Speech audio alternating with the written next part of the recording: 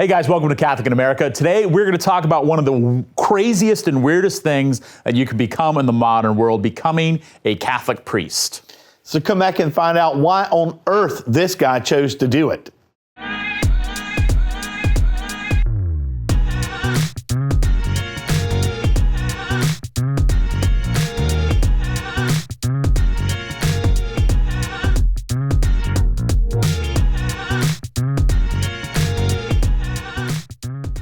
All right, guys, welcome to Catholic in America. I am Father Michael Nixon. I'm joined today by Father Doug Martin. And today we've got a very special guest, Father Richard Graham, who is a recently ordained priest, ordained you're in your second year now. That's right. Yep. And we're super excited to dig into some of these questions that the world, the internet wants to know why anyone would choose to be a Catholic priest. Inquiring minds want to know. There's the first questions that someone asks when they get up in the morning are these questions that we're about to talk about right Absolutely. now. Yeah. So, if you guys could make sure to like, share, and subscribe to these videos, that helps us out. You can hit the little bell button for the notifications.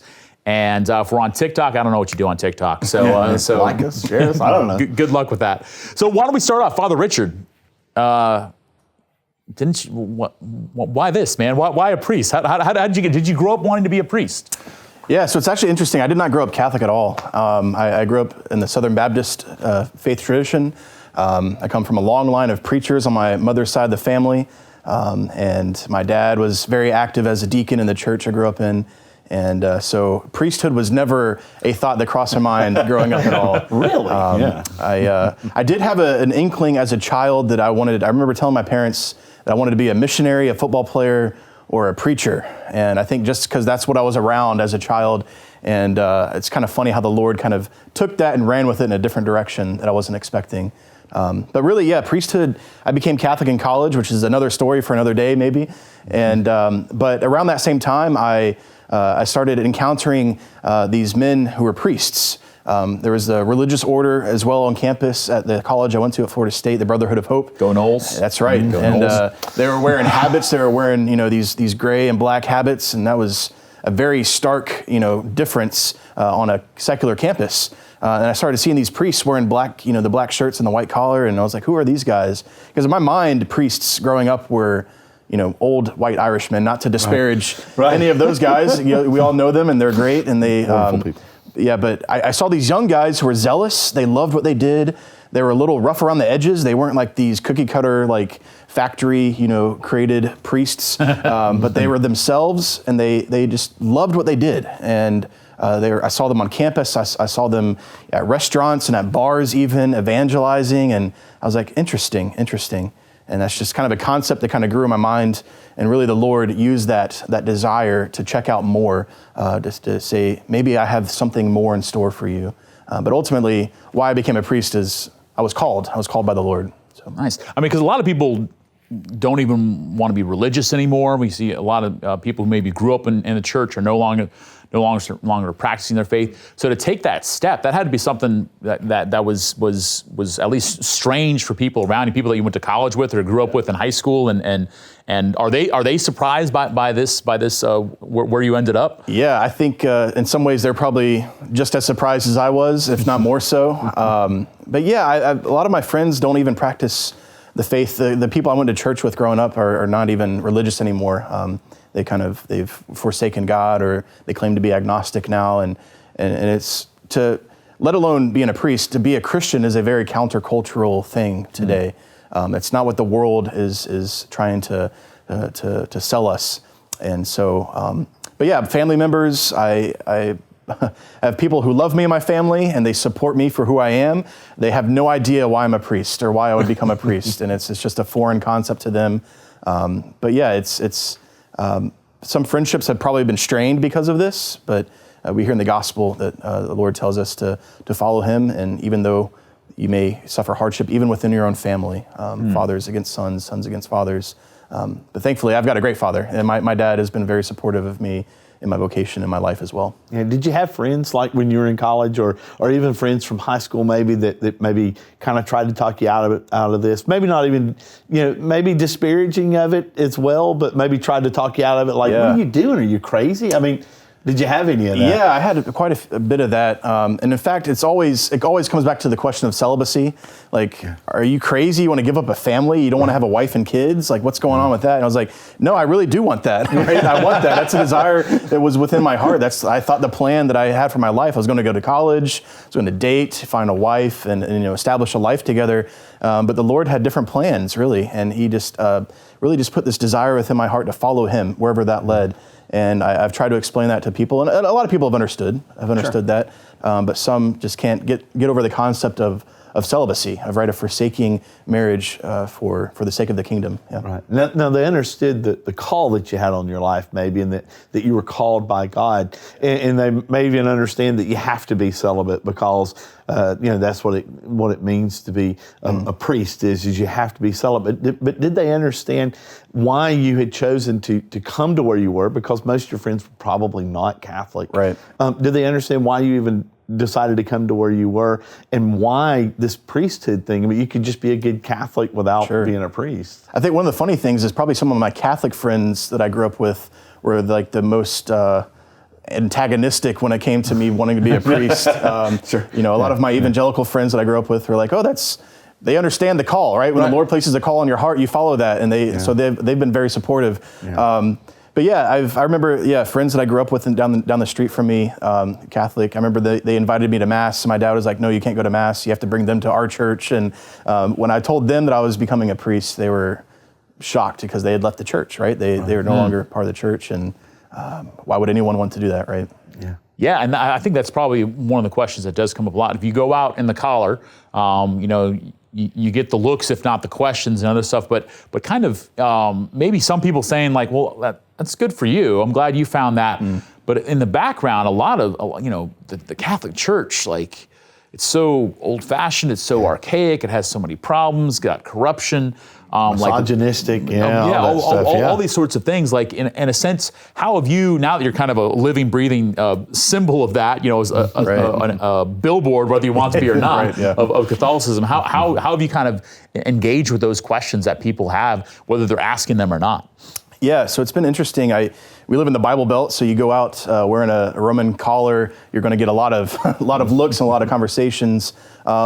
And it's been a great tool just to begin that door, to open that door, right? To begin that conversation.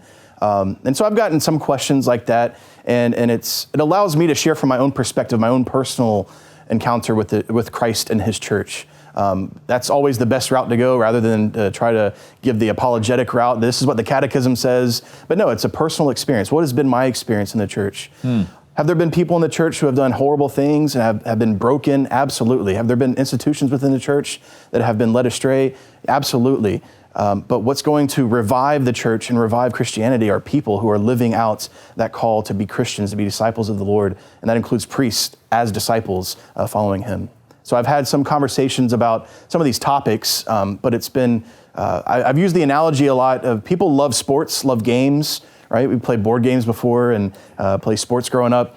If there are no boundaries, and if you go to one football field and it's 100 yards, you go to another football field and it's 200 yards, it's not fun anymore, right? And so that's a big hang up that people have with the church, is that all these rules, are they abstract? But no, it's the church as a good mother, as someone who is trying to facilitate that encounter with the Lord. There are those boundaries set up for our good, right? And it's trying to understand it from that perspective, rather than the church saying, no, you can't do this or you can't do that. Well, one of the things that when people see you, I don't know if they often say this, like, you don't look like a priest. I don't know, whatever the image that people might have. Do you get that ever? Yeah, I was actually at a homeless shelter once, and they had the call for everyone to come to the food line. And one of the people working at the shelter came up to me and said, "It's time to get in the line now." He thought I was one of the clients there. But Well, I don't know what a priest looks like. And in my mind, as a child and as a teenager growing up, again, I thought priests were all older Irishmen, because that's what Hollywood kind of paints it as. But that's something, a joy of joining the presbyter, joining the priests in this diocese, that we're all very different. We are all very different. We all come from different backgrounds, even from different countries, right? And so what does a priest look like? It looks like a man who wants to lay down his life and become a brother and become a disciple of Jesus. Yeah. I love that. And the fact, too, that you also ride a motorcycle. You ride a Harley, too. Yes. Has that, because I've just the other night got a hospital call Father Richard takes the call, to someone who's dying, to go bring the anointing of the sick and the last rites. So he hops on his Harley and goes to it. So I mean, is that something that's drawn looks or questions or? It's been another way to open that door for conversation. Maybe it makes me a little bit more approachable, and people I've never seen a priest do that before, and maybe there's just that avenue. That was one of the things that I was thinking about getting the Harley. I just also really wanted to ride a motorcycle because motorcycles are pretty awesome. Sure. But yeah, it's been a good tool for evangelization. And if one thing I accomplish in my priesthood is to normalize what I'm doing and to normalize these kind of conversations, then praise God. Yeah. So you go to the Harley dealership. Why do you want it? I want to evangelize. What? Yeah, That's why you want the Harley? I remember telling the guy that sold me the bike that I was a priest, and he was just fascinated by that idea. Yeah. So, yeah. Are you going for the Harley next? No, I will not go for the Harley next. I think I'm good. Yeah. They have the trikes too. They have the Harley trikes. I could do the trike. Okay, I could do that. Yeah, I don't think I'm big on the Harley though. So, The Schwinn maybe with the little basketball. That's more my speed. The little streamers, ring. Yeah. Did you? I mean, when you were coming into this, I'm sure you had lots of questions coming into it. I mean, that's what seminary is discernment, and so you have things even before you approach seminary. There's some discernment that happens before you get there, and so what were some of those questions for you? What was the question? Was the question about the church being old and somewhat seeming out of touch and somewhat or even archaic to a certain extent, this whole ancient side of the church, and not necessarily the pretty ancient side. We can think about Notre Dame, and we can think about all these cathedrals and these things, and people still think those things are cool. But maybe the uncool things, the things that aren't so, that people actually criticize us for. How did you deal with those kind of things? Yeah, so around the time that I was, meeting these younger priests and having those ideas running through my mind of maybe I could do this with my life, that was right on the tails of my becoming Catholic. So I had wrestled with some of these questions already. And for me, the fact that the church is ancient is a beautiful thing, right? And there's there's a long and a deep history with the church. But again, going off the coattails of my own conversion, recognizing my own brokenness and that Jesus wants to meet me there, recognizing the Lord has had so much mercy upon my soul and my heart, which I don't deserve at all, has allowed me to be more merciful with those people who have made terrible mistakes, right? And we don't want to perpetuate any of those mistakes, and they need to be rooted out, right? It's like any infection, a good doctor is going to say we need to root out all that infection. It's the same in the church. Wherever there's infection and there's disease, we need to cleanse that, right? To purify that, because the church is supposed to be that unblemished, bride of Christ, and any damage to that is damages the witness of the church. And so, but I've my time in seminary, I spent 7 years in seminary formation before I was ordained a priest. I've met a lot of great men from across the country, and I really do believe that the church is in really good hands. There's a great generation of young men who no one forced them to become priests. They weren't backing into this profession because they exhausted all their other options or opportunities. Wait, that's not how you guys did? That was but these are guys who made that countercultural decision to say, yes, I want to give my life to this, even in the midst of all the brokenness that has happened, that's been published on the news and all that. To me, that speaks volumes. Yeah, because I think that's one of the things that probably all of us see and experience is recognizing the sex abuse scandal in the Catholic Church, the abuse of minors and vulnerable people, how horrific that is, particularly when it happens as a minister, particularly when it happens when a priest does it, and the cover-ups, all those sorts of things. That it's probably, and I know for a lot of people that's why they left the church. Yeah. And in a sense, when someone brings that to me, I don't know about you guys, what your response is, but if someone says like, "Well, I left the church because of that," my response is usually, that's a very good reason. Yep.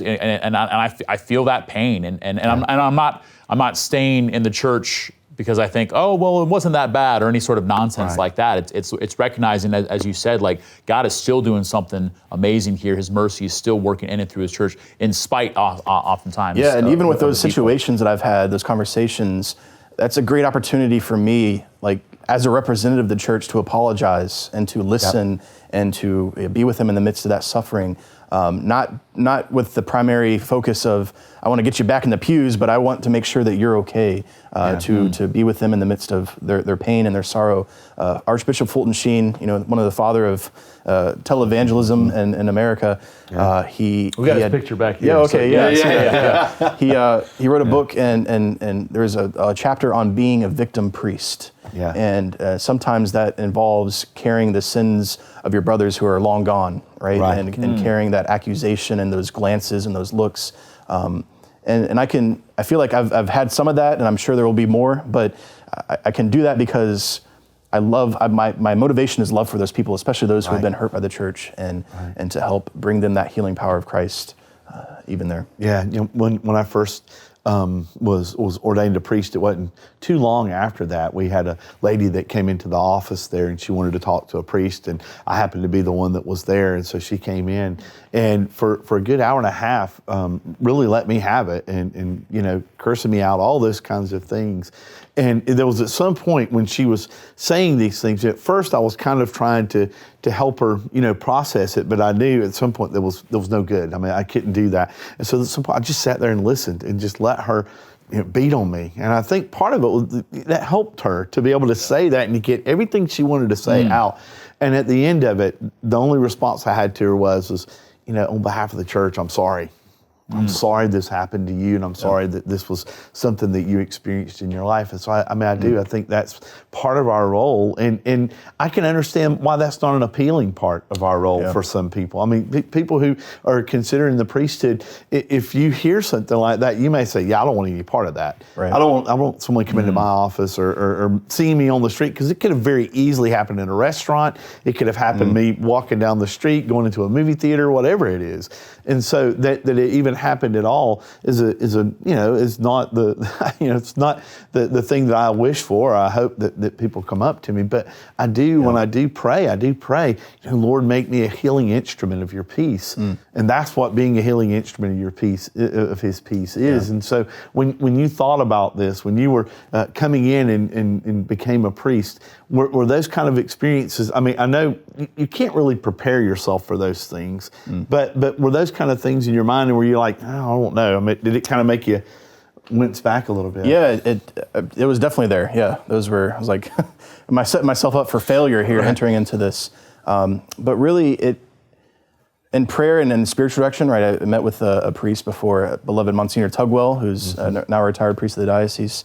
Meeting with him before entering seminary, just asking him these questions and praying with this and sharing with him my struggles, and him giving me his wisdom from his years of service to the church was helpful there.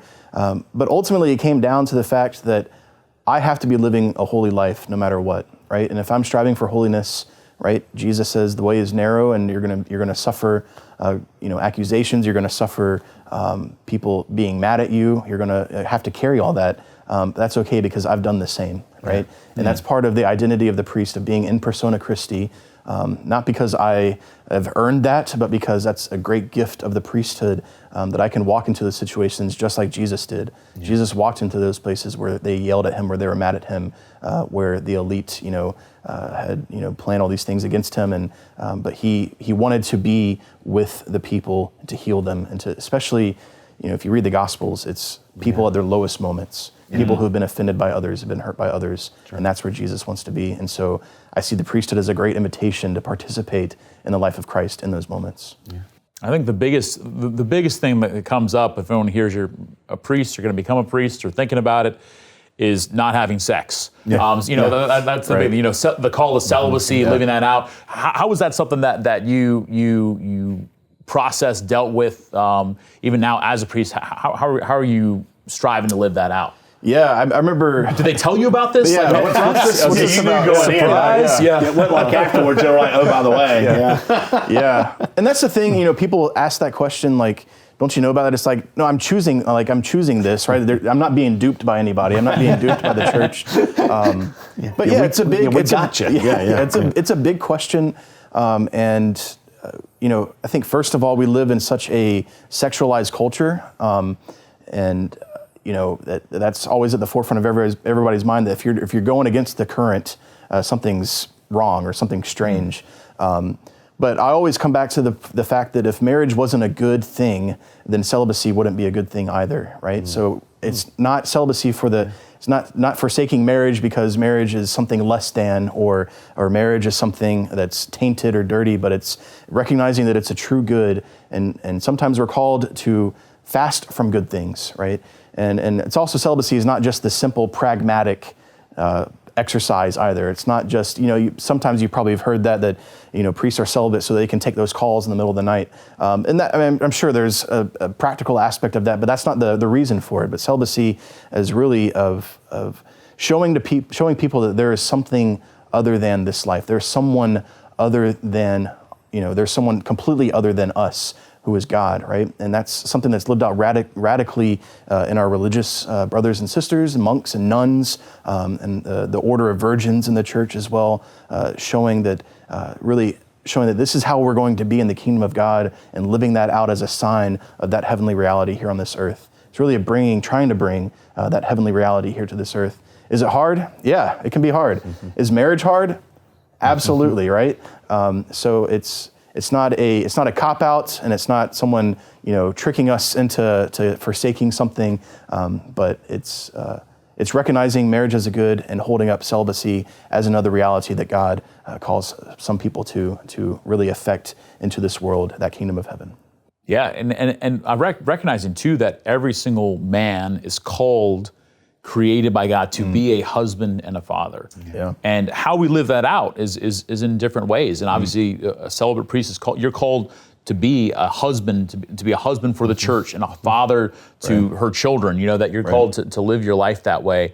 And when you're living that faithfully, it's awesome. And I could say that as a priest too. When I'm living it well, and I'm doing what God's calling me to do, it's beautiful, it's fulfilling, it's amazing. When I'm not, when I'm living selfishly or for myself, man, that's where so many of the problems definitely come in. Well, to even go even further with celibacy itself, especially for the benefits that the church reap from that, is the sacrifice that's being made there. I mean, we all know that love is sacrifice. There's no love without sacrifice. And so the sacrifice that celibate men make to be priests in the church cannot be replaced. It's just not something that we can just take away. And so, and also, if we do take it away, it comes at a price. And so I really do believe that the celibacy of the priesthood is not just, like you said, it's not optional. It's not like, oh, well, it just works, or, well, there were abuses in the past, and we don't want those to come back. Right. Now, all those are kind of reasons, but actually the idea of celibacy and why it's there, that the sacrifice that's being made for the kingdom is such an empowering sacrifice for the church, that without it, the church would suffer. And so I do think it's a very beautiful and important part of the church. And there has to be every effort by priests to not just have it be another bachelor lifestyle, right? Because that's not what it's called to be. If there isn't that sacrifice, if there isn't that generativity of fatherhood, of being a spiritual father, then it can turn easily into just another bachelor lifestyle, right? And that's not what we're called to be. Right. I think most people's first experience of the priesthood, first images of the priest, or maybe their most powerful images, come from exorcism movies. Let's be honest, movies about exorcisms. So that's probably something. I don't know if that's something that's come up for you. If you ever thought about, maybe not growing up Catholic, that might have been the first time you ever saw a priest on film or something. But has that been something that's come up? Doing battle against the devil and that kind of life. Was that something that was attractive to you? And what has it been now, a year plus into being a priest? Honestly, I've been a little afraid of those movies. I try not to watch them too much. Recognizing that's a very real thing. I don't like to tempt any of that. But yeah, people have a fascination with that. And yeah, I see my life as a Christian, as a disciple, but also as a priest, as doing battle against Satan and his evil spirits that prowl about this world, and bringing about the kingdom of heaven, affecting that through the sacraments, through preaching, through sharing the gospel, through walking with people. And there's, people they always ask you, have you ever had to do an exorcism? Well, no, not in the sense of the major exorcism, but there have been times you get called to places and people are going through stuff that they need to be delivered from. And to be able to walk in there confidently, knowing that I am a beloved son of the Father, that I have been ordained as a priest for this, right? And that Jesus is here with me in the midst of that. I've been able to walk in there without like I'm walking on glass or anything, but knowing that Jesus has already won the victory, that Satan has no authority here, and just bringing that authority of Christ to those situations. And so people, they're fascinated with that. So I get to share, I don't share all the details, but I get to share a little bit of that, right? That's a reality of being a priest, right? People are going to call you when things, are spooky in the middle of the night, or things are going around the house. And they're very real things for them, and they're very, they're evil is real, Satan is real, and he hates us, and he's working in overdrive to try to claim us, but to recognize that we all, through our own baptismal authority that has been given to us, have authority over that, and that priestly authority to walk in there to bring the power of Christ to cast out all darkness and all evil. It's a privilege to be able to do that. We've already been talking about some challenging things, some things that people bring to us that should be a challenge to us, why you would want to be a priest. And then we've talked, a little bit about celibacy and even exorcism and other things that may be. So what have you found in your own priesthood, and even before you became a priest? What was the biggest challenge in coming to becoming a priest? And then what's been your biggest challenge after becoming a priest? Yeah. Walking in, preparing for, ordination to the diaconate, you're ordained as a deacon before you're ordained a priest. I was really caught up with one of the line of questioning in the rite itself. Are you prepared to take this up for your salvation and the salvation of souls? So primarily seeing all of our vocations as primarily for my holiness, right? To help pursue holiness. And that, of course, that's going to have its challenges. I think, one of my biggest challenges in the seminary was recognizing all those romantic visions of the church that I had were completely probably crushed within 3 days of arriving to seminary, and recognizing, these are people too who are broken just like me, and facing that in some very difficult ways institutionally, but recognizing that this is what the disciples, they faced this in the early church. They faced this throughout the medieval ages of the church. They're facing it now. This is nothing new, right? But saints are called to be raised up in every generation, no matter what the hardships are. And so that's the great clarion call now, is for us to all be saints in the midst of those challenges. But specifically, just certain challenges at the seminary that I was assigned to, and challenges with some of the administration there. Wasn't the most fun, but I'm glad I went through it. It helped me. I'm glad those romantic visions were kind of cast down immediately, so that it could be a true experience of, do I really want this, and is the Lord really calling me to this? Now, after priesthood, I think I can answer it. You've had to work with him. Yeah, I know. So that's the most challenging part, right? What would you consider your most challenging part afterwards? It's both a challenge and a gift, but you get called into very sad situations often, and some days, or some weeks, you can end the week and be like, where's the good news this week, right? I've been called to, anoint 6 people in the hospital who are dying. I've had some very, sad situations going to those who have lost children, children who have died in the hospital, and it's heartbreaking and heart-wrenching. And so that's a huge challenge. It can kind of overwhelm you or overtake you at times. But at the same time, it's a gift that I'm being invited into that room. I'm being invited into that situation. And it's really not me. They want Jesus there, and I get to participate in that. And it's built some really great relationships with people. When you walk with people in the midst of their suffering, it builds good relationships, and you grow closer. And so it's been a challenge, but it's been a gift. Yeah. There's been a lot of different challenges too. I mean, working with this guy is probably that's the greatest of all. Top 5. So with that, because our last question will be about the challenges facing the church today, which so that's for all of us. But what's been the greatest joy of being a priest? Greatest joy. I've sat in a lot of hours of confession. I think my first weekend here at the parish, I went off with our teens up to Steubenville, Atlanta, and I think I'd probably heard maybe 30 minutes of confessions before that. Then I go up to Atlanta, I sit and hear 15 hours of confession and confessions in one weekend. But really, it's a privilege and it's a joy to bring the healing power of Christ and forgiveness and His mercy to people.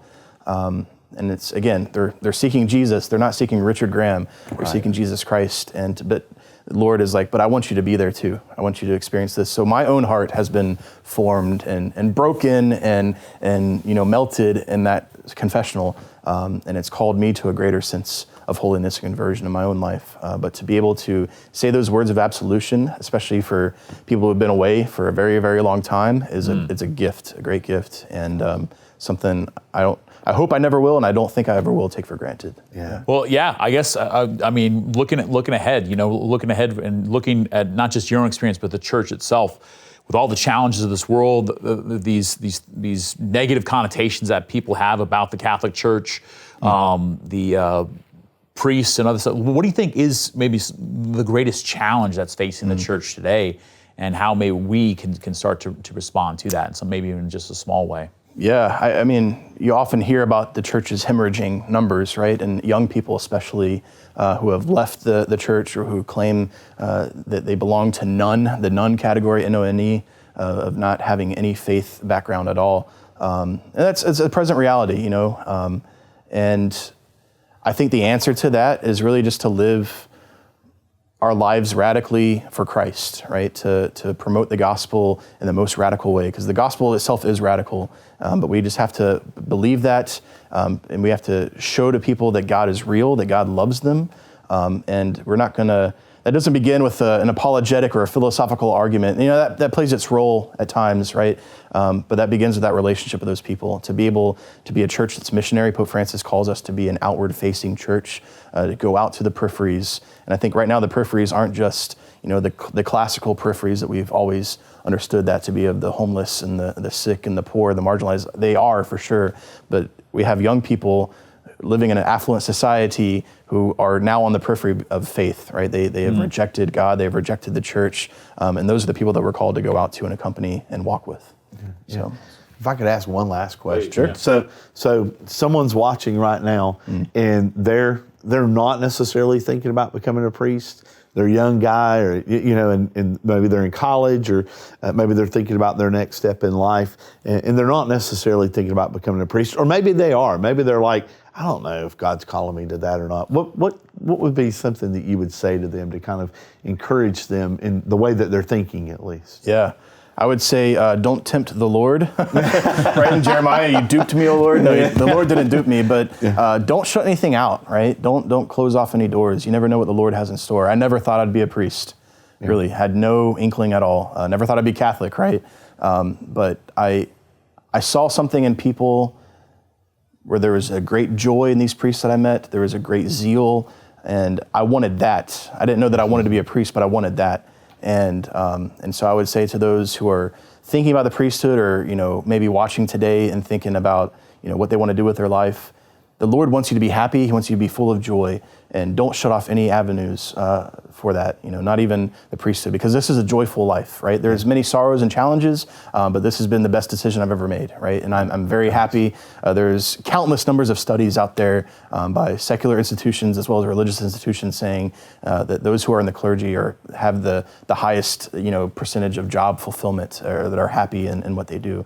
And I believe that's true, because it's a life lived with the Lord who wants my good, He wants my conversion, and He wants my happiness. And yeah. It's awesome. Beautiful. Thank you. Father Richard Graham, thank you for being a good priest, man. Yeah. Thank you for sharing with us and a bit of your story and your heart, and it's really awesome to see, and just awesome to see just the amazing man of God that you are. So just want to thank Father Richard. I want to thank Father Doug, and thank you all for watching. Thank you guys for supporting us, those who support us on Patreon. If you like this content that we're sharing here, that's one of the best ways to directly support that. Liking and sharing and subscribing these videos really helps us as well. But until next time, we'll see you here at Catholic in America. God bless.